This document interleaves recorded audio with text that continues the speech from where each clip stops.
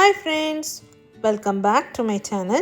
இன்னைக்கு நம்ம என்ன ரெசிபி பார்க்க போறோம்னா, அதாவது ஈர பலாக்காயை வச்சு தான் ஒரு கூட்டு ரெசிபி பார்க்க போறோம். இந்த பலாக்காயை வந்து ஒரு ஊரில் ஒரு நேமில் சொல்லுவாங்க. எங்கள் டிஸ்ட்ரிக்டில் வந்துட்டு நாங்கள் இதை ஈர பலான்னு சொல்லுவோம். இதை கரிசக்கன்னு சொல்லுவாங்க, சீமசக்கன்னு சொல்லுவாங்க. இங்கிலீஷ் நேம் வந்து breadfruit. இப்போ வாங்க நம்ம இந்த ஈர பலா கூட்டு எப்படி செய்யலான்னு பார்க்கலாம். அதாவது கரிசக்கை கூட்டு. இந்த கூட்டு வந்துட்டு ரொம்ப டேஸ்ட்டாக இருக்குங்க. ஆக்சுவலாக சிக்கன் மாதிரி இது செஞ்சு எடுத்தோன்னா ரொம்ப நல்லாயிருக்கும். இது வந்து ரொம்ப சாஃப்டாக ரொம்ப கொஞ்சம் பார்த்திங்கன்னா வெஜ் சிக்கன்னே சொல்லலாம். அவ்வளோ அளவுக்கு நல்ல டேஸ்ட்டாக இருக்கும். உங்களுக்கு ஈரப்பலா கிடச்சிச்சின்னா கண்டிப்பாக இந்த ரெசிபியை நீங்களும் ட்ரை பண்ணி பாருங்கள். அதுக்கு முன்னாடி என் சேனலை யாரும் சப்ஸ்கிரைப் பண்ணலைன்னா கைண்ட்லி சப்ஸ்கிரைப் பண்ணிக்கோங்க. பக்கத்தில் இருக்க பெல் ஐக்கானையும் டர்ன் ஆன் பண்ணிக்கோங்க. அப்போ தான் நான் போடுற வீடியோஸ் உடனே வரும். இப்போது இன்றைக்கி நான் வந்து ஒரு 200 கிராம் அளவுக்கு ஈரப்பலா எடுத்திருக்கேன். இது இப்படி தான் இருக்கும். அதோட தோலை நல்லா சீவி எடுத்துருங்க. தோல் கொஞ்சம் ஹார்டாக தான் இருக்கும் சீவுறதுக்கு, அதனால் தோலை நீட்டாக சீவி எடுத்துருங்க.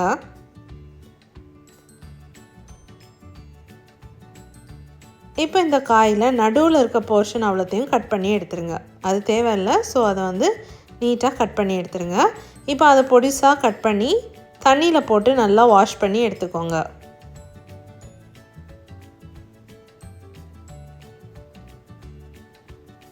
தண்ணியிலேருந்து ட்ரைன் பண்ணி இன்னொரு பிளேட்டுக்கு ட்ரான்ஸ்ஃபர் பண்ணிக்கோங்க.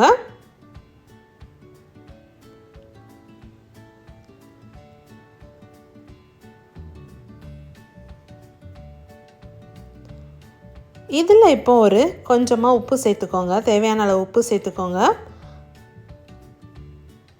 ஒரு 1/4 டீஸ்பூன் மஞ்சத்தூளும் சேர்த்துக்கோங்க. சேர்த்து இதை நல்லா கை வச்சு மிக்ஸ் பண்ணிக்கோங்க.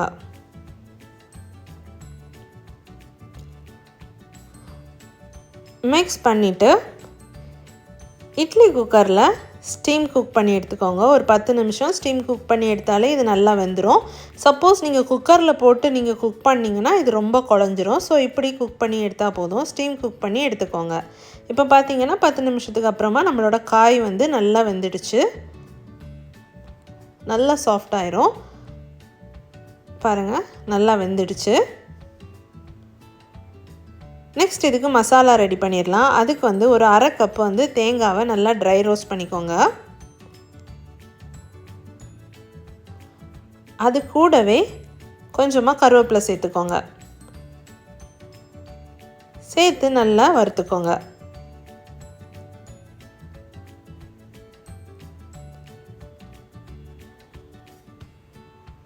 இப்படி நல்லா கோல்டன் ப்ரௌன் கலர் வர அளவுக்கு வறுத்து எடுத்துக்கோங்க. இப்போ இந்த தேங்காய் கூட 1 டீஸ்பூன் வந்து மிளகாய்த்தூள் சேர்த்துக்கோங்க. 2 டீஸ்பூன் மல்லித்தூள் சேர்த்துக்கோங்க. 1/4 டீஸ்பூன் பெருஞ்சீரகம் சேர்த்துக்கோங்க.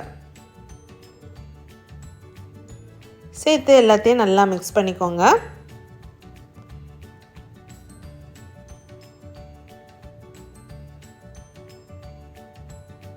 கூடவே 1/4 டீஸ்பூன் மஞ்சத்தூள் சேர்த்துக்கோங்க.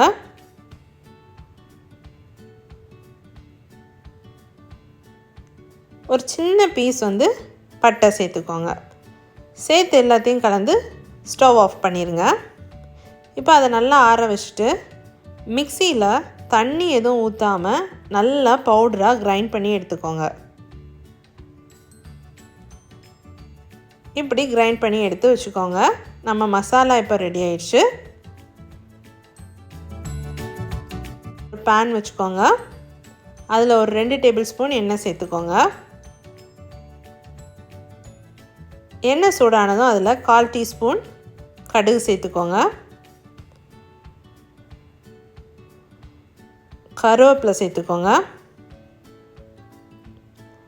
1/2 டீஸ்பூன் இஞ்சி பூண்டு விழுது சேர்த்துக்கோங்க.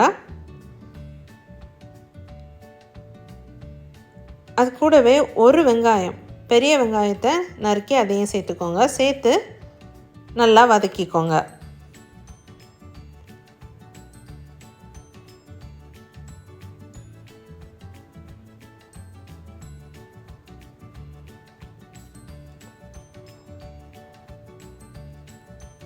இப்போ வெங்காயம் நல்லா வதங்கிடுச்சு. இப்போ நம்ம ரெடி பண்ணி வச்சுருக்கிற மசாலாவை இது கூட சேர்த்துக்கலாம்.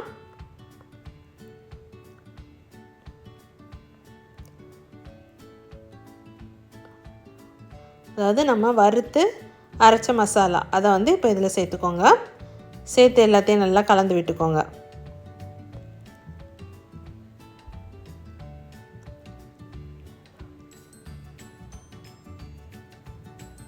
கொஞ்சமாக தண்ணி சேர்த்துக்கோங்க. சேர்த்து இதை நல்லா குக் பண்ணிக்கோங்க. அதாவது இந்த மசாலாவோட ரா ஸ்மெல் போகிற அளவுக்கு குக் பண்ணி எடுத்துக்கோங்க. மசாலாவோட ரா ஸ்மெல் போனதும் அதில் தேவையான அளவு உப்பு சேர்த்துக்கோங்க. உப்பு பார்த்து சேர்த்துக்கோங்க. ஏன்னா ஆல்ரெடி நம்ம காய் வேக வைக்கிற டைம் உப்பு ஆட் பண்ணியிருக்கிறோம். ஸோ இதில் கொஞ்சமாக டேஸ்ட்க்கு ஏற்றாப்புல சேர்த்துக்கோங்க.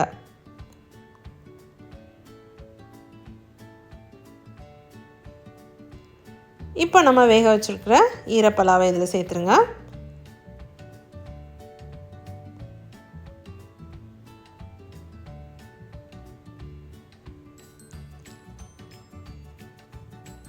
சேர்த்து இந்த மசாலாவோட நல்லா மிக்ஸ் பண்ணிடுங்க. மிக்ஸ் பண்ணி ஒரு 5 நிமிஷம் குக் பண்ணி எடுத்துக்கோங்க.